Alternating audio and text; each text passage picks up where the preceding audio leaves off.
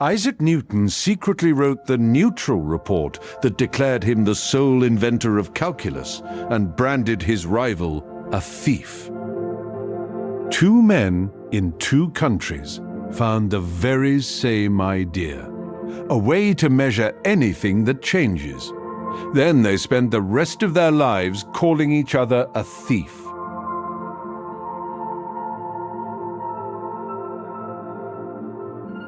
Your speedometer needle never sits still. It wanders the whole trip. So how far did you actually travel? For 2,000 years, nobody could say. Every changing thing hides two questions: the exact area under a curve and its exact steepness at a single instant. But how could you ever add up infinitely many slivers of almost nothing and land on one exact number? Long ago, Archimedes filled a curved shape with triangles, smaller, then smaller, forever. Each batch added a quarter of the last, closing in on the answer. He had the seed, but no engine to grow it. Then the plague shut Cambridge, and a young Isaac Newton went home to a quiet farm. In 18 months, he cracked it, a method he called fluxions. Then he hid it in a drawer for years. In Paris, Gottfried Leibniz found the same trick on his own and gave it the symbols we still use. He stretched a long letter S for sum, the integral sign, and wrote the tiny step he called dx. Here's their trick. This curve is your speed as it climbs. You can't just multiply speed by time. The speed keeps changing every moment. So slice the time into 4 thin strips and treat the speed as steady across each one. Add the 4 rectangles up.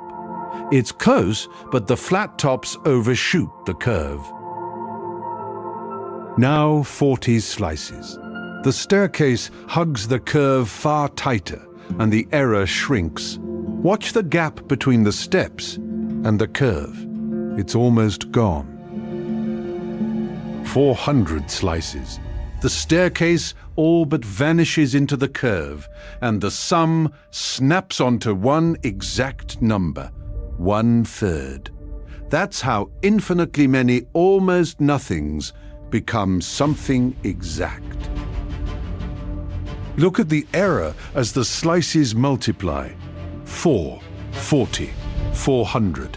10 times the slices, 1/10 the error, racing towards 0.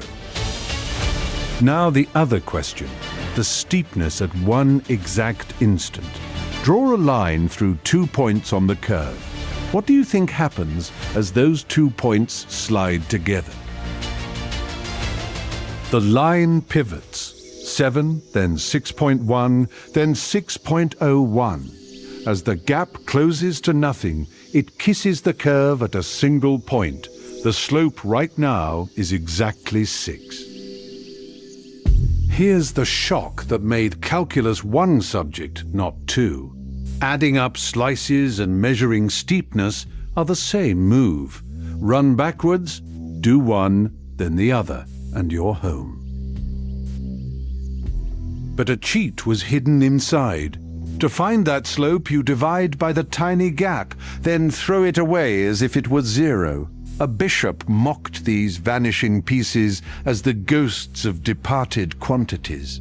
The answers were right, the reasoning wasn't, not yet. Because Newton had hidden his work and Leibniz had published first, each accused the other of stealing it.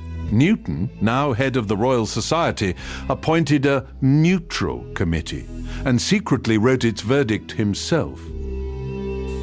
Leibniz died neglected, barely a soul at his funeral. Newton was buried a national hero.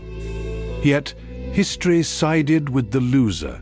Every calculus class still writes in Leibniz's hand. That slicing trick now runs your world. A rocket's speed is the sum of 1,000,000 tiny fuel kicks. It forecasts epidemics, steers your phone's map, and trains the AI you use every day. 3 things are yours to keep now.